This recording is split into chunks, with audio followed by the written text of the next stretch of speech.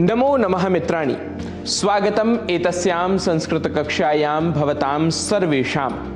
मम नाम गवीशः।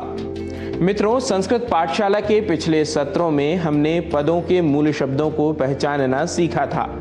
आज हम इन शब्दों के अंत वर्ण को जानकर अंतव्यवस्था को समझेंगे। सबसे पहले उदाहरण मेरे नाम का ही ले लीजिए। यदि गवीश पद का वर्ण विन्यास करें तो ग, अ, व, ई, श और अकार अंत में है, इसीलिए इस पद को अकारांत कहा जाएगा। इसी प्रकार क, ऋ, श, ण और अकार, यह बना कृष्ण।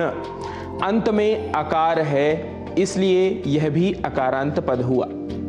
अब मुनि शब्द को देख लेते हैं। म, उ, न और अंत में इकार। इकार अंत में होने के कारण इसे इकारांत कहा जाता है। ऋषि भी इसी प्रकार इकारांत शब्द है।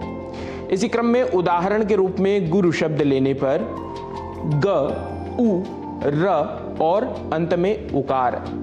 उकार अंत में होने के कारण इसे उकारांत कहा जाता है। पितृ, इस शब्द पर ध्यान दें तो प, ई, त और ऋकार। ऋकार से अंत होने के कारण यह ऋकारांत शब्द हुआ।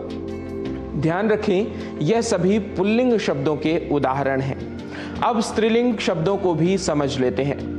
माला, यदि यह शब्द हो तो वर्ण विन्यास के अनुसार म, आ, ल और आकार, तो यह आकारांत शब्द हुआ।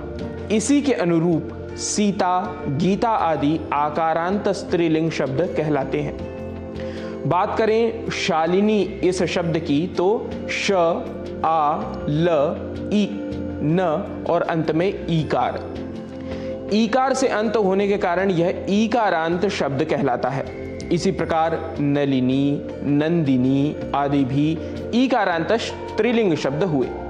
पुल्लिंग एवं स्त्रीलिंग के बाद यदि उदाहरण नपुंसक लिंग का लें तो फल, इस शब्द में फ, अ, ल और अंत में अकार, तो फल अकारांत नपुंसक लिंग का शब्द हुआ।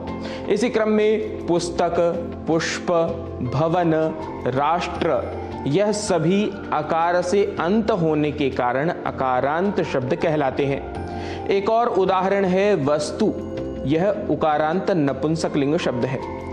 मित्रों, वैसे शब्दों के लिंग का ज्ञान सामान्यतः अभ्यास एवं प्रयोग के आधार पर दृढ़ होता जाता है। जिसका जितना अभ्यास उसकी उतनी ही शब्दों के लिंग ज्ञान पर पकड़।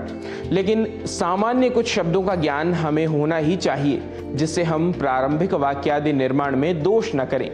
वैसे दोष करना कोई बड़ी बात नहीं है, लेकिन दोष को बार बार करना भी उचित नहीं है। अतः हमारे प्रभाग को ध्यान से देखा एवं सुना करिए, इससे आपका अभ्यास दृढ़तर होगा।